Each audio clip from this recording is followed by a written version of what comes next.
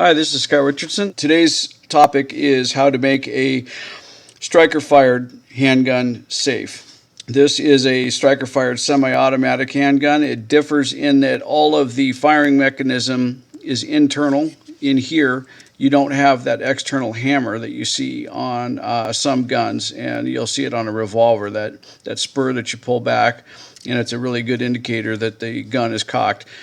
We don't know, looking at this gun, whether there's any ammunition in it or whether it's cocked and there's a round in the chamber. So pulling that trigger at this point could be extremely dangerous. So the first thing we're going to do is observe the rules of gun safety, meaning that we're going to always keep this muzzle pointed in a generally safe direction. So we want to make sure nobody's standing in front of this as we do these things.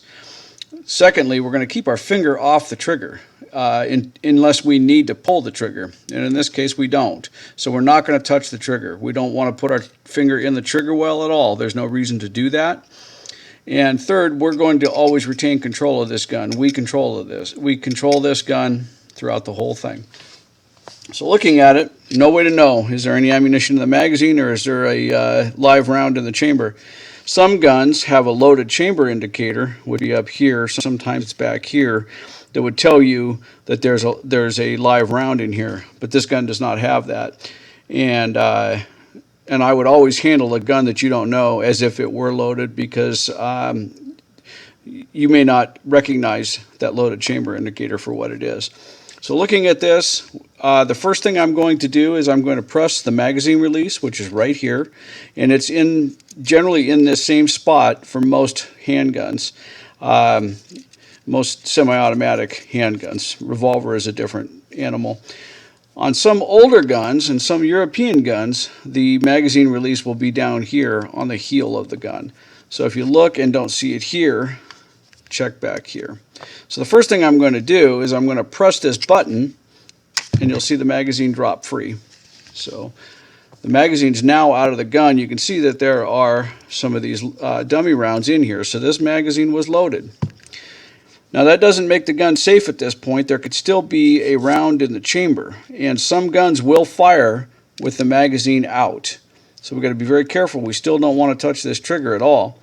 And we need to now clear this to make sure that if there is a round in here, we get it out of there. So to do that, I'm going to hold the gun and I'm going to take the slide, the upper portion of the gun, and I'm going to slide it backwards like so. And you see that bullet pop right out. There was a round in the chamber. Okay. Now that we've dropped the magazine and we've checked the chamber, we can lock our slide back, which is this button here. So I'm going to move the slide back like I did before, and I'm going to push up on this like so. And what that'll do is lock the slide back, and now just casually looking at it, you can tell that it's not loaded. You can see in the chamber, and you can see the magazine well, that this gun is now unloaded and safe. What some guns can do is, what will happen if you do this in the wrong order. So if you do this in the wrong order, if you just slide first and let it go and then drop the magazine, what it did is it picked up another round.